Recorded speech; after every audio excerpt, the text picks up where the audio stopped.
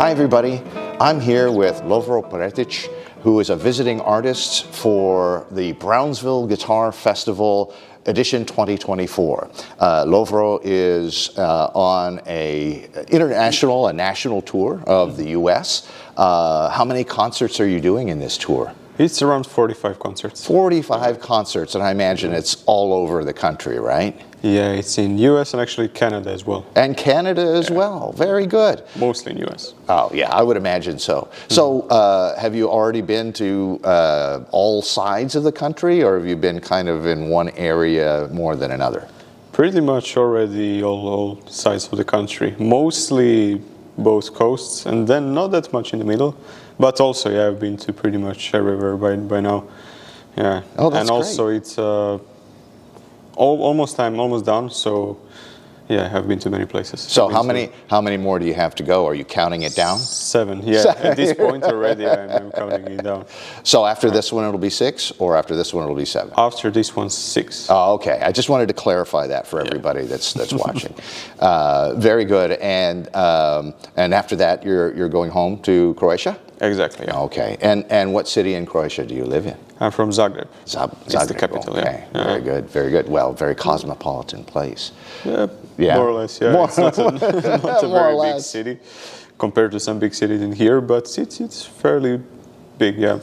Very good. And what are some of your favorite aspects of Zagreb? I like that it's next to a mountain. That's what I really like. So it's basically you have some neighborhoods which are in the foothills of this mountain, and that I really like. So I like to go for weekends for a hike or something. That's really good. I like that it's not too big. I like compared to some cities in here that you can walk everywhere. That's what one of the only things that I would miss in here. And I like that. I bike everywhere actually in the city, so that's very convenient. Yeah, most cities west of the Mississippi and the U.S. not really built for walking. Yeah, mostly driving. Yeah. Yeah. And so, when did you get interested in music? How did you get your start? Pretty much when I was very young. So in Croatia, how it works is that we have these music schools. They're called music schools. And you start when you are in the 2nd grade of your regular elementary school. And you start very serious actually from the beginning with some instruments. That's how I started with guitar. Just my parents put me to music school, and I didn't have much choice, I guess. So you were just basically aimed in a direction, and you just walked into that direction. Did you start with guitar, or did you have multiple instruments, or just guitar right away? No. So how it works that they gather children, and you have like an initial entrance exam, and then you have to sing something, do some rhythms, and then they see like if you're more for, I don't know, violin, where you don't have frets, you have to have better pitch or something else. And so if we sing off pitch, then we immediately go to frets? Not necessarily. Actually, for guitar in particular, the biggest demand is for guitar and for piano as well. So everyone wants guitar. I guess just because it's practical also for parents, and also when children play guitar, yeah. If you have piano, then it's also a bit more complicated, and it sounds better. I would prefer if my children played guitar rather than violin. Violin doesn't sound very good. It's difficult in the beginning. Yeah. But of course, after one develops the expertise, it's glorious, right? Yeah, just like anything else. For that, I would prefer guitar. And from that time, did you pretty much assume that would be your career, or? So actually, already after 2-3 years, I started being good at it, I guess, and I started doing these youth competitions, which are just something that motivates you to do something outside of the regular program, and and I started to get good feedback from that. I started to get good results, and just one thing led to another, and I ended up doing it for a job. Well, yeah, and obviously you won the world's premier solo guitar competition with the Guitar Foundation of America. Of course, congratulations, and you get this wonderful tour, wonderful, exhausting, beautiful for the audience kind of tour. And what were some of the things that went through your mind when you began competitions? Did you have certain feelings or fears that kind of evolved over time, or is it all pretty much the same thing? It was kind of a combination of stress, but I would say in a good way. I was always coping with it well, I think. I'm the type of person that needs to be a bit, I was type of a kid that needed to be a bit pushed, kind of lazy. So for that it was good because I had some deadlines that I have to prepare for, and I had this kind of a bit of pressure, which was in a healthy way. And I liked that. And to that extent that since I did a lot of these youth competitions, I realized at some point when I was around 18, something like that, that I felt better playing competitions than concerts. At that time, when I was 17, 18, I had my first solo concert, and it didn't go as well as I planned. Yeah, it's a different skill, I would say. When you compete, it's more... Do you think there's more all-in, direct expectations? There's a framework like set repertoire and certain expectations in the variety and types of styles, and you feel like you're directed into a more focused area, and maybe playing a concert is more open expectation? It's exactly that, yeah, pretty much. So basically with concerts, already at the end of my competing career, I had kind of a developed strategy which doesn't make you win, but I think, yeah, I believe so, at least, that it helps you doing some. So basically it's about picking repertoire, what to put at the beginning, what to put in the end, how long to have the repertoire, I don't know what to do. Would you feel comfortable divulging some of your strategy? Yeah, absolutely. I mean, yeah, it's also it's very common thing. A lot of people would think the same. So what do you put at the beginning and what do you put at the end? Interestingly, that's only towards the end what I started to do.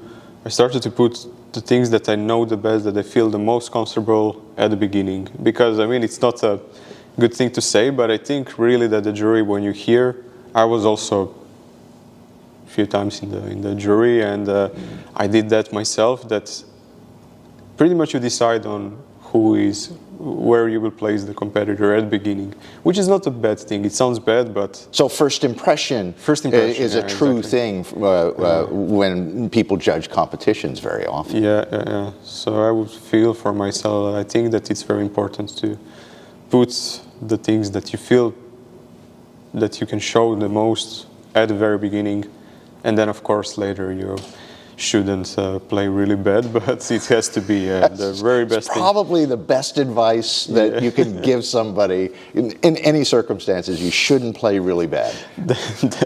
I wish I had taken that advice.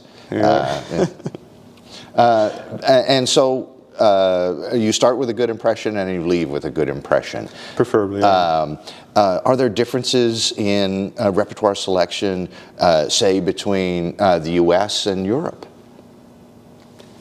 Or is it pretty much the same? I didn't try to make a big difference. I did try to make a difference, for example, for competitions I played a lot of more kind of contemporary language pieces, and now on the tour I try to exclude it just because it's, even for musicians, even for myself, when I hear some pieces I can't really enjoy it as much because it's more accessibility music. Yeah, exactly. Yeah. So now I almost completely excluded anything which is very contemporary, just because I think it's more appropriate for the wider audience. Well, I think that right there, would be great advice for folks that are both preparing for competition and giving concerts for the general public. The idea that one should be aware of their audience. And I think that's very, very good advice, especially if you're intensively involved in competition. Exactly. So what are you looking forward to now that, as you said, you're kind of at the end of your competitive career? Are you at the end of your competitive career? Yeah, I'm done with this competition. I decided that that's it. Okay. So what are you looking forward to as a musician? Definitely, I would like to not only play but also teach eventually. So my idea is kind of to have teaching regularly and then also playing concerts, and not as many as this year. This year it was very exceptional, and I guess around 15, 20 concerts per year, something like that. Not too crazy, and not just solo concerts. I really look forward to playing chamber music. I play in a guitar trio regularly. Also, I played with some other instruments. So, yeah, I'm looking forward to start also some new projects with violin, with a singer, with different combinations. So, to try basically to have as much diversity as possible, and that's what I want to do. Certainly playing chamber music allows for that diversity of repertoire, diversity of culture, stylistic diversity. It just opens up the whole world. Absolutely. Very good, very good. And are you looking forward to teaching in a conservatory at home? Yes, I guess so. Yeah, eventually. So, either in the music school or in the conservatory, but yeah, absolutely, I'm looking forward to do that probably from this following fall. What other things about the U.S. Have you discovered that surprised you in this tour, especially with regard to audiences? Or did you have any surprises, or is it pretty usual? Not really. I'm used to how audiences are in Europe, and here it's very, very similar. Yeah, it's very similar. What is a bit different, I would say, connected to guitar, is that here you have these guitar societies, which in Europe they don't really exist. It's not existing. Yeah, so we have more of festivals like you have in here, which I really like, because you have few days and you get more guitarists, and then I often meet some people who I know from before, and I get to know some new people. That's really nice, yeah. And that's one of the best parts of festivals in general is people gathering who have the same passions or focus in their lives, and really enjoying visiting with our colleagues almost as much as the music that we discover. Yeah, absolutely. Yeah. So that's what I like about it, and we have more of those. It seems like in Europe. Here it's more like just concert series, which is really great as well. Yeah, we miss maybe more of them in Europe. Yeah. So in that way, but otherwise it's very similar. Yeah, the concert itself from the beginning to the end, it's the same. Yeah. Have you played any concerts in like unusual environments? I've heard stories of people like playing in something that resembles a garage, people that play in kind of barn-like structures. Have you had any of those experiences? Nothing like that. No. Oh. It was either a concert hall or a university, some hall, or a church. But no, nothing like that. Nothing like that. Yeah. Very good. Well, I hope at some point you get a chance to play in an unusual environment. Yeah, then it goes very well. Yeah.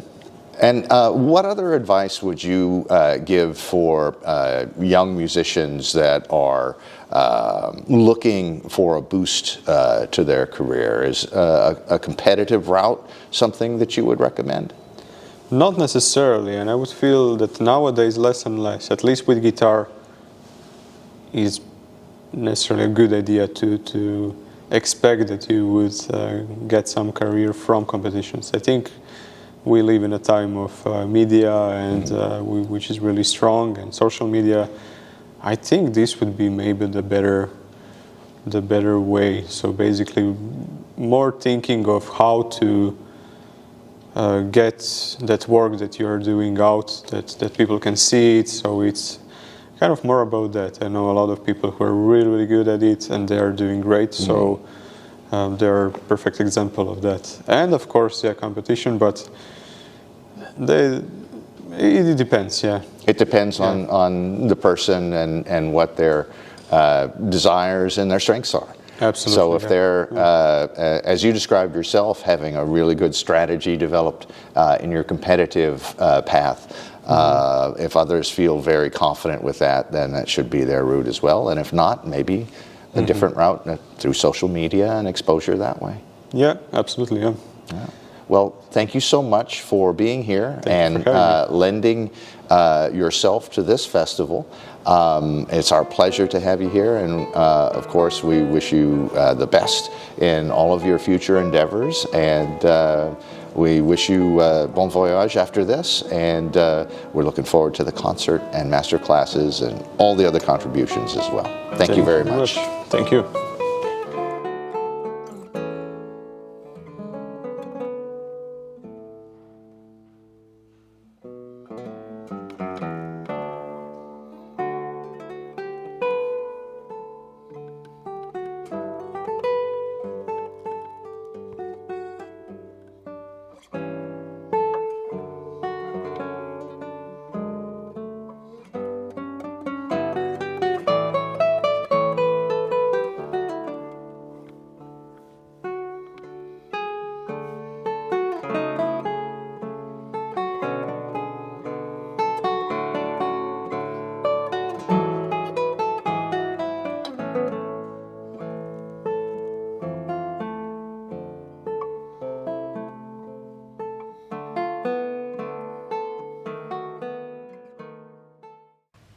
Thanks for watching this BSPA video. Go ahead and hit like and subscribe if you like what you see. And if you really like what you see, go ahead and go to our website, brosoperformingarts.org, and smash the donate button. And then we'll really like you too.